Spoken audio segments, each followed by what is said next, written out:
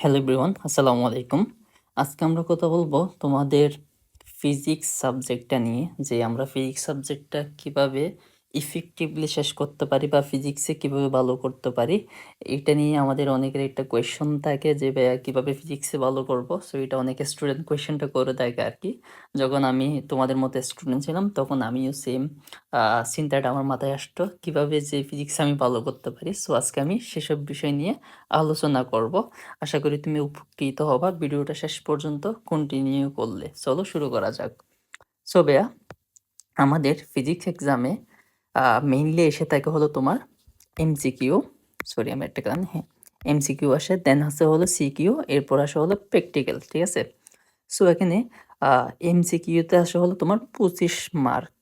So এই 25 মার্কটা পাওয়ার জন্য তোমার থেকে বেসিক তো ভালো থাকতেই হবে, সাথে হলো তোমার মেইন বুকটাও পড়তে হবে। আদারওয়াইজ তুমি ভাইয়া এমসিকিউতে ভালো করতে পারবে না, কারণ এমসিকিউতে অনেক খুঁটিনাটি কোয়েশ্চন হয়ে থাকে আর কি।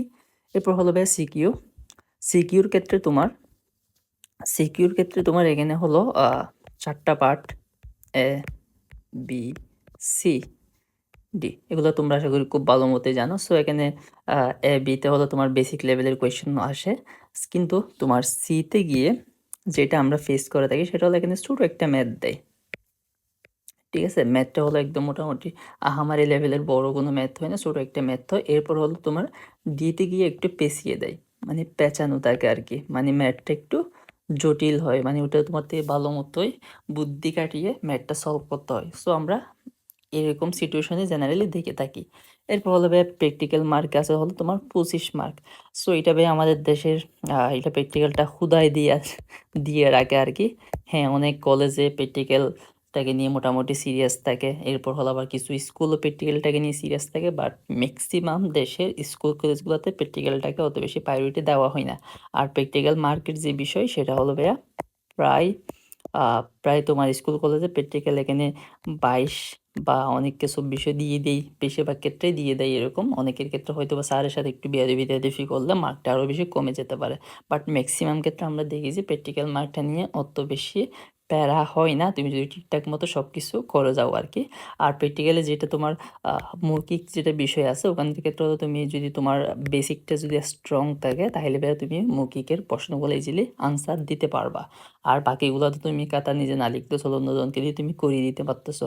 সো ওভারঅল হলো এগুলা, ঠিক আছে। বাট হলো ভাইয়া প্র্যাকটিক্যালটা যদি আমরা করতে পারি, মানে ওইটা যদি করতে পারতাম তাইলে ভাইয়া এটা আমাদের জন্য অনেক বেশি হেল্পফুল হইতো। বাট আমাদের দেশে ওই সিচুয়েশনটা নেই, আমাদের দেশে ল্যাব ফেসিলিটি নেই, দ্যাটস ওয়াই আমরা আসলে ওগুলো করতে পারি না, আমাদের আলটিমেটলি মুখস্থ করেই যেতে হয়।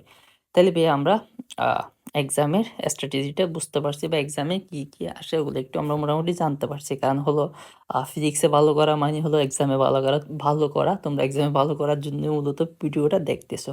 সো এখন আমরা দেখি কিভাবে আমরা ফিজিক্সটাকে ইফেক্টিভলি শেষ করতে পারি।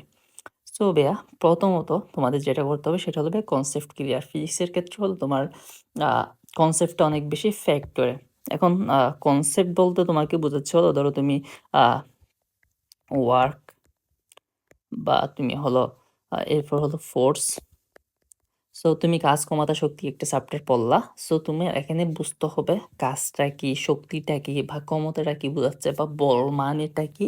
সো এই জিনিসগুলো তোমার প্রথমত বুঝতে হবে। তাই তুমি প্রথমে হোয়াট মানে এটা কি সেটা বুঝবা। দেন হলো তুমি হোয়াই, এই যে ওখানে যে সংজ্ঞাটা আছে ওইটা কিভাবে হচ্ছে। ধরো WF একটা ফর্মুলা, ঠিক আছে। সো এখানে তোমার জানতে হবে যে এই ফর্মুলাটা কিভাবে আসছে বা এটা কেন হইছে।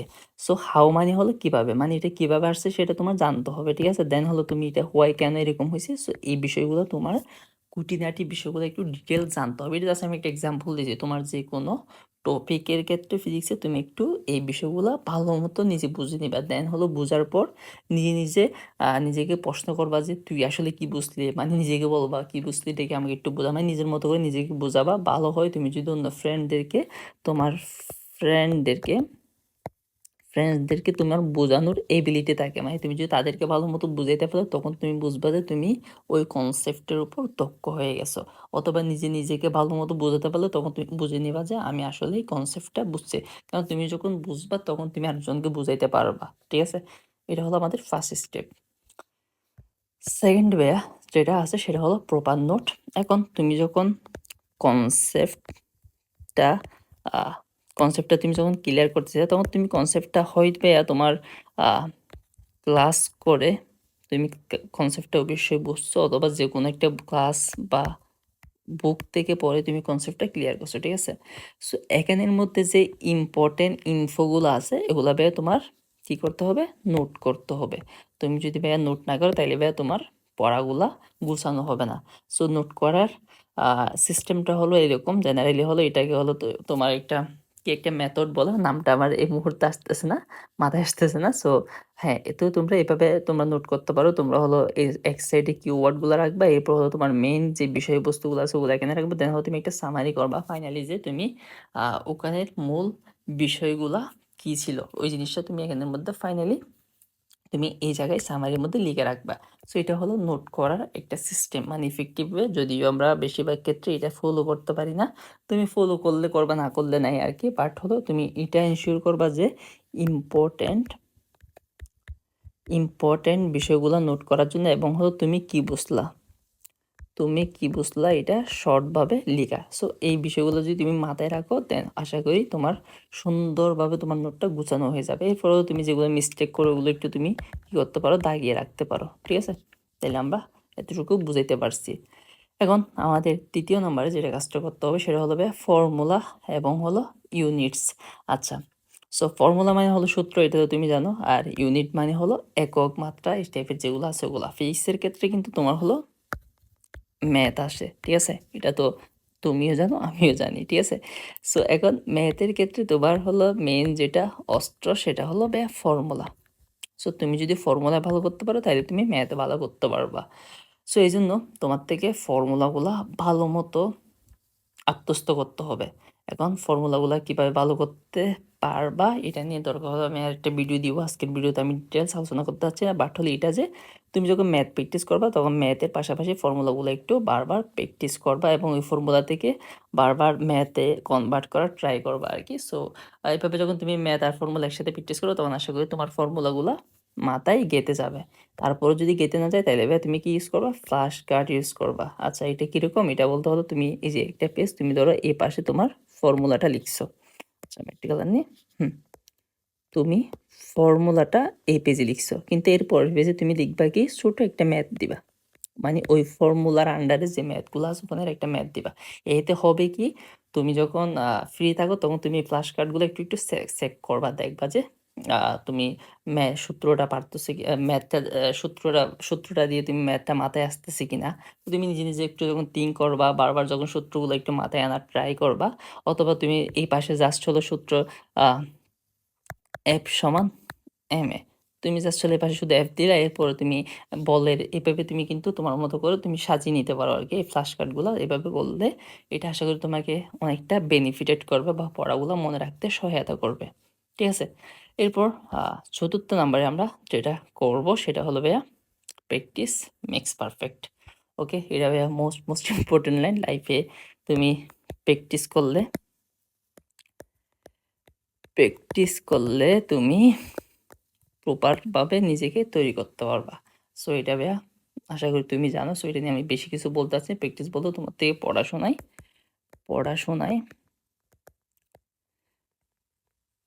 তোমার টাইম বাড়াইতে হবে। এটা হলো কথা। মানে যতটুকু পারো তুমি সর্বোচ্চটা দিবা আর কি। ওই যে পড়াগুলো পড়ছো ওগুলো একটু প্র্যাকটিস করবা। এখন এই প্র্যাকটিসটা কোথা থেকে করবা? এটা করবা হলো তুমি কোয়েশ্চন ব্যাংক থেকে। কোয়েশ্চন ব্যাংক কী কী হতে পারে? তোমার টেস্ট পেপার আছে, ঠিক আছে? টেস্ট পেপার আছে, এরপর হলো তোমার এগুলোর জন্য আলাদা আলাদা তোমার বুকের মধ্যেও কিন্তু কিছু কোয়েশ্চেন থাকে। সো ওই টাইপের তুমি কোয়েশ্চেনগুলো প্র্যাকটিস করবে, এর ফলে তুমি এক্সাম দিবা। সো এই কাজগুলো করবা আর কি। এগুলো হলো প্র্যাকটিসের মধ্যে মেইনলি পড়ে, ঠিক আছে? আশা করি বুঝাইতে পারছি। এরপর হলো ম্যাথ স্কিলস। এখন তোমরা তো জানো ফিজিক্সের মধ্যে হলো তোমার ম্যাথ আছে ভালোই, ঠিক আছে? সো এখন আমাদের কিন্তু এই শুধু ম্যাথ বুঝছো ভালো কথা, অনেকের ক্ষেত্রে হয় কি ম্যাথগুলো বুঝতে অনেক বেশি সময় মানে দেরি করে ফেলে আর কি। সে ম্যাথ বুঝে ভালো কথা, বাট হলো তার থেকে বুঝতে টাইম বেশি লাগে। সো ভাইয়া টাইম বেশি নিলে কিন্তু তুমি এক্সাম হলে তুমি পিছাই যাবা, মার্ক কমে যাবে। সো এটা কিন্তু তোমার জন্য একটা মানে দুঃসংবাদ আরকি। সো এইজন্য ভাইয়া একটু ম্যাথটা কত দ্রুত তুমি সলভ করতে পারতেছো সেটা একটু তোমার দেখতে হবে পাশাপাশি পড়াশোনার। এখন এটা তুমি কিভাবে দ্রুত সলভ করবা? তুমি যত বেশি প্র্যাকটিস করবা তত বেশি দেখবা তোমার ম্যাথটা তোমার মাথা থেকে তোমার হাতে এসে আছে। মানে মাথা থেকে হাতে বলতে আচ্ছা মাথা থেকে হাতে। মানে জেনারেল তোমার থেকে কোনো একটা বিষয় চিন্তা করতে হয়। কিন্তু তুমি যখন এটা প্র্যাকটিস করতে, করতে এমন পর্যায়ে চলে যাবে তখন তোমার চিন্তা করার আগে তোমার হাত চলবে। তুমি এটা তোমার লাইফের ক্ষেত্রে এপ্লাই করে দেখিও। তুমি দেখবা যে কোনো বিষয় যখন তুমি অনেক বেশি দক্ষ হয়ে যাও তখন সেটা তোমার মানে মাথা নিয়ে অত বেশি চিন্তা করতে হয় না আরকি। ঠিক আছে? সো বুঝছো আশা করি। এরপরে ভাইয়া ৫ম নম্বর শেষ, সরি। হ্যাঁ, এরপরে আমরা যেটা দেখতে পাই সেটা হলো ভাইয়া ডায়াগ্রামস। ফিজিক্সের ক্ষেত্রে কিন্তু তোমার হলো চিত্র টাইপের অনেক কিছু থাকে। মানে একটু তোমার থেকে কল্পনা করতে হয়। ধরো অনেক ম্যাথ দেখবা যে তোমার কি লাইক ধরো একটা গাড়ি আরেকটা গাড়িতে ঠেলতেছে। সো এরকম কিন্তু আমরা ম্যাথ দেখতে পাই বা একটা বাক্স আরেকটা বাক্সে ঠেলতেছে। সো এরকম আমরা বিভিন্ন ধরনের চিত্র দেখতে পাই। সো এগুলো একটু ভাইয়া তোমরা মাস্ট এগুলো একটু তোমরা বুঝে করবা আরকি। এই যে তোমাদের এখানে একটা আমি দিছি গ্র্যাভিটি, পেন্ডুলাম। সো এই টাইপের কিন্তু তোমাদের বইয়ে তোমরা অনেক চিত্র পাবা। সো এগুলো একটু ভাইয়া তোমরা বুঝবা। এগুলো বুঝলে তোমাদের বেসিকটা অনেক বেশি মজবুত হবে এবং তুমি এগুলো অনেকদিন ধরে মাথায় রাখতে পারবা। দরকার হলে তোমরা ইউটিউবে গিয়ে এক্সপেরিমেন্টগুলো একটু দেখবা আরকি। ঠিক আছে? Experiment, experiment. আর কোনো একটা ম্যাথ করার সময় কোনো একটা যখন ম্যাথ করবা তখন ম্যাথটা একটু তুমি এই ডায়াগ্রামের মাধ্যমে তুমি এটা কল্পনা করবা যে এটা আসলে এখানে কি করতেছে। তখন দেখবা তোমার থেকে ম্যাথটা বুঝতে অনেক বেশি সহজ হয়ে গেছে।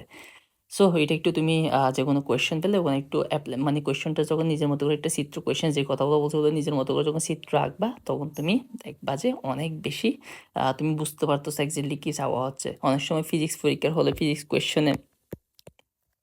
কোয়েশ্চেনে জাস্ট হলো তোমার কোয়েশ্চেনে জাস্ট হলো তোমার এরকম ডায়াগ্রাম দিয়ে দেয়। আর কোনো কিছু দেয় না। মানে উদ্দীপকের জায়গায় জাস্ট হলো এরকম ডায়াগ্রাম বা চিত্র দিয়ে দেয়। সো এক্ষেত্রে তোমরা যারা এই জিনিসগুলো কম বোঝো তোমরা কিন্তু পরীক্ষার হলে ভয় পেয়ে যাবা আরকি। উদ্দীপক না দেখে তুমি বলবা যে এখানে তো বাংলা লেখা কিছুই নেই, জাস্ট হলো চিত্র আছে। ওখান থেকে তোমার থেকে বের করে ম্যাথটা সলভ করতে হচ্ছে। সো ভাইয়া এটাও ইম্পর্টেন্ট। এরপর হবে রিভিশন স্ট্র্যাটেজি। আহ এতদিন যাই পড়ো না কেন ভাইয়া তুমি যদি সেটা রিভিশন না দাও তুমি নিজের ভিত্তিকে মজবুত করতে পারবে না। এটা হলো তোমার ফাউন্ডেশন। ঠিক আছে? সো এখন তোমার থেকে নিজের ভিত্তিকে মজবুত করতে হলে ভাইয়া রিভিশনের কোনো বিকল্প নেই। এখন রিভিশনটা কিভাবে দিবা? প্রথমে তুমি কোনো একটা বিষয় পড়ার পর ১ম দিন পড়ছো, এরপর ২য় বা ৩য় দিন আরেকবার একটু রিভিশন দিবা। এরপর হলো সপ্তাহের মানে শেষের দিকে আরেকবার রিভিশন দিবা। তাহলে এরপর তুমি ধীরে তোমার যখন ইচ্ছা আস্তে, আস্তে দেবে। তুমি যদি রিভিশন না দিয়ে যদি ৩০ দিন পরে যদি ডিরেক্টলি যদি তুমি ৩০ দিন পরে খুলছো তাহলে তুমি দেখবা যে অনেক পড়া মেক্সিমাম পড়াই তুমি ভুলে গেছো। তোমার হয়তোবা আ 30 বা 40% পড়া মনে আছে। সো এটা কিন্তু ভাইয়া মারাত্মক একটা হুমকির বিষয়। জাস্ট পড়লেই হবে না। ওগুলো একটু উল্টাপাল্টা দেখতে হবে যে আসলে তোমার মনে আছে কিনা। ঠিক আছে? এরপর হলো ভাইয়া মাইন্ডসেট অ্যান্ড হলো কনসিস্টেন্সি। ভাইয়া এটা মোস্ট ইম্পোর্টেন্ট। তুমি ভাইয়া কনসিস্টেন্সিটা যদি ধরে রাখতে না পারো তাইলে ভাইয়া তুমি অনেক বেশি পিছায় যাবা লাইফে ভাইয়া, ফেইল হবা। এখন হয়তোবা যে আমার ভিডিওটা দেখতেছো তারা অনেকেই ফিজিক্সটা একটু কম পারো বা কম বুঝো বলে তুমি হয়তোবা আমার ভিডিওটা দেখতেছো আরকি।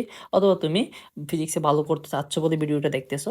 সো এখন ভাইয়া তুমি যদি লাইফে কখনো ফেল হওয়াটা ভাইয়া খুবই সিম্পল বিষয়। সো ফেল হলে ভাইয়া তুমি একটু নিজেকে সবসময় মানে চালিয়ে যেতে থাকবে আরকি। লাইফটা আপ ডাউন হবে বাট হলো থামা যাবে না। এখানে স্টপ করে দিও না। এটা এরকম আপ ডাউন চলতে থাকবে। এটা হলো লাইফের সিস্টেম ভাইয়া।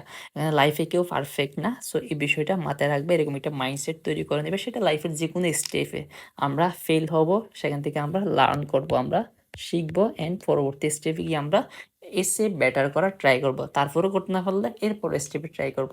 আসলে ইসলামের ক্ষেত্রেও যদি বলি তাহলে জীবনটা ভাই খুব একটা ছোট জীবন। আমাদের পরবর্তী জীবনটা হলো আসল জীবন। ইসলামের ক্ষেত্রে বাকি ধর্মের ক্ষেত্রে আমি অত বেশি ডিটেইলস জানি না। বা আচ্ছা বাদেই দিলাম ওগুলা। লাইফটা হলো মোটামুটি একটা ছোট লাইফ। ঠিক আছে? ৬০-৭০ বছর তুমি এখানে লাইফে পাচ্ছ। আর লাইফে এখানে সাকসেসের কোনো হলো তোমার শেষ নেই। সাকসেসের কোনো লিমিটেশন নাই। বুঝছো? সো এটা নিয়ে এদিকে আমি খালিদা আলিদা ভিডিও বানাবো যে আসলে সাকসেস মানেটা কি? সো সাকসেসের আসলে কোনো শেষ নেই। সো এইজন্য লাইফটাকে নিয়ে অত বেশি ডিপ্রেসড হওয়া যাবে না। লাইফটাকে তুমি যেরকম সিচুয়েশনে আসুক না কেন নিজেকে ধরে রাখবা। সো এটাকেই বলা হচ্ছে তোমার কনসিস্টেন্সি। সো আশা করি আমি আজকের ভিডিওতে তোমাদেরকে এই ৮ টা পয়েন্ট বুঝাইতে পারছি। সো আমরা যদি ফাইনালি আচ্ছা তোমাদেরকে আরেকটা কথা বলি, স্ট্র্যাটেজিস কয়েকটা কথা বলি, সেটা হলো ভাইয়া mark important chapter and topics. তোমরা যখন ফিজিক্স পড়বা তখন ভাইয়া ফিজিক্সের শুরুতে তুমি কোয়েশ্চেন ব্যাংকটা দেখে হলো তুমি বুঝে নিবা যে কোনগুলো হলো ইম্পর্টেন্ট চ্যাপ্টার, মানে কোনগুলো থেকে বেশি বেশি কোয়েশ্চেন আসতেছে। যেগুলো থেকে বেশি কোয়েশ্চেন আসে ওগুলো হলো তোমার ইম্পর্টেন্ট চ্যাপ্টার। তারপরে যে টপিকগুলো, হ্যাঁ এই টপিকগুলো তুমি একটু সিলেক্ট করে নেবে। মানে প্রথমে হলো তুমি চ্যাপ্টারটাকে আরো ছোট করে ফেলবা। মানে তোমার ফোকাস মানে তুমি ফোকাস করবা ছোট একটা জায়গায়, মানে এই ছোট একটা প্লেসে তুমি ফোকাস করবা। মানে যেগুলো হলো মোস্ট ইম্পর্টেন্ট তোমার থেকে আগে এগুলো এনশিওর করতে হবে। এর ফলে তুমি ভাইয়া তোমার যা ইচ্ছা তুমি করো, তুমি এক্সপেরিমেন্ট করো, বেসিক বুঝো, হ্যান বুঝো, ত্যান বুঝো, যেগুলো করো। বাট হলো তোমার এক্সামে যা আসে, কারণ আমাদেরকে যেহেতু আমাদের সমাজে বা আমাদের গার্ডিয়ান বা টিচার সবাই যেহেতু এক্সামের মাধ্যমে বিচার করতেছে, সো তোমার এক্সামে ভালো করতে হবে। সেই জন্য ভাইয়া তুমি এক্সামে যে টপিকগুলো আছে ওগুলো তুমি প্রো হয়ে যাবা। ঠিক আছে, আমার কথা হলো এটা। এরপর হলো তুমি ভাইয়া লাইফে যা ইচ্ছে তাও করো, বাট হলো তোমার ওই যে এক্সামে ভালো করতে হবে। কারণ হলো তুমি অনেক কিছু জানো, বাট ভাই তুমি এক্সামে মারা যাচ্ছ, কিন্তু তোমাকে তো হ্যাঁ আমি বুঝতেছি তুমি মানে ভালো করবা লাইফে কোনো না কোনো একটা পর্যায়ে, কারণ হলো তোমার জ্ঞানটা তো কখনো বিতে যাবে না। বাট তোমার সোসাইটি যে তোমাকে বাস দিতে দিতে যে তোমার মেন্টালিটিটা অনেক বেশি ডাউন করে ফেলবে, তখন তুমি ডিপ্রেসড হয়ে অনেকে দেখবে যে সুসাইড পর্যন্ত করে ফেলতেছে। সো আসলে লাইফটা মানে আমাদের পাড়া প্রতিবেশী বা আমাদের আশেপাশে মানুষজন অনেক বেশি ডিপ্রেশনে ফেলে দেয় আর কি আমাদেরকে। সো এই জন্য যেটা বলতেছি, তোমার মেইন জায়গায় তুমি ফোকাস করবা। এরপর হবে ক্যালকুলেশন স্পিড। ফিজিক্সে কিন্তু ম্যাথ আছে, সেটা তোমাদের শুরুতে বলছি। সো ম্যাথে তোমার হলো স্পিড একটু বাড়াইতে হবে, কারণ হলো তুমি যদি ম্যাথ বুঝতে বুঝতে যদি বেশি সময় নিয়ে নাও, তাইলে ভাইয়া তোমার দেখবে যে তুমি সব কিছু পারো বুঝো, বাট হলো তুমি এক্সামে ভালো করতে পারতেছো না। আমাদের প্রথমত মেইন টার্গেট হবে এক্সাম, এরপর হলো আমরা বাকি জায়গায় ভালো করবো আর কি। বুঝতে পারছো? আর তোমার ফিল্মে যদি সাপোর্টেড হয় তাহলে তুমি ভাইয়া অন্যান্য কিছু ট্রাই করতে পারো। ফিজিক্স বিষয়টা কিন্তু অনেক বড়, যাদের ভিশন আছে ফিজিক্স নিয়ে কাজ করার, সো তোমরা চাইলে তোমাদের তো ওইভাবে মানে গড়ে তুলতে পারো আর কি। ঠিক আছে, সো আমি এগুলো বলতেছি ট্রেডিশনাল আমাদের যেগুলো জেনারেলি আমরা যারা ফুলাফাইন আছে, যারা জাস্ট এক্সাম বেস পড়াশোনা করে তাদের জন্য। ঠিক আছে, সো আশা করি বুঝতে পারছো। ফাইনালি যদি আমি আবার একটু রিক্যাপ করে দিই তোমাদেরকে সব কিছু, তাইলে আমরা বলছি প্রথমে কনসেপ্ট ক্লিয়ার। ঠিক আছে, এরপর হলো প্রপার নোটস, তারপর এরপর হলো ফর্মুলা অ্যান্ড ইউনিটস, মানে সূত্র এবং এককগুলো একটু তোমরা মাথায় রাখবা, কারণ এককগুলো কিন্তু ইম্পর্টেন্ট। তুমি যদি এককগুলো না পারো অনেক সময় তুমি পরীক্ষায় মার্ক পাবা না আর কি, কিছু মার্ক কেটে ফেলবে তোমার থেকে। এরপর হলো প্র্যাকটিস মেক এ পারফেক্ট, প্রচুর প্র্যাকটিস করতে হবে, সেটা এক্সাম দিয়ে বা নিজে নিজে। ঠিক আছে, আমি যেগুলো হলুদ বলছি ওগুলাই মানে কনসেপ্টটা ক্লিয়ার করবা, ফর্মুলাগুলো মনে রাখবা, ম্যাথটা, তাহলে এই তিনটা জিনিস তোমরা মাস্ট ফলো করবা। তোমরা কনসেপ্ট নোট করবা সুন্দর মতো। এরপর হলো নোট না, সরি, ফর্মুলাগুলো মনে রাখবা। দেন হলো ম্যাথ প্র্যাকটিস করবা। সো তুমি যদি কিছুই না করতে পারো, তোমরা অনেকে আমাকে কোয়েশ্চেন করো ভাইয়া 8টা স্টেপ ফলো করতে পারবো না, তাইলে ভাইয়া এই 3টা কাজ করিও তুমি। এই 3টা কাজ করলে মোটামুটি তুমি ফলো করতে পারবা।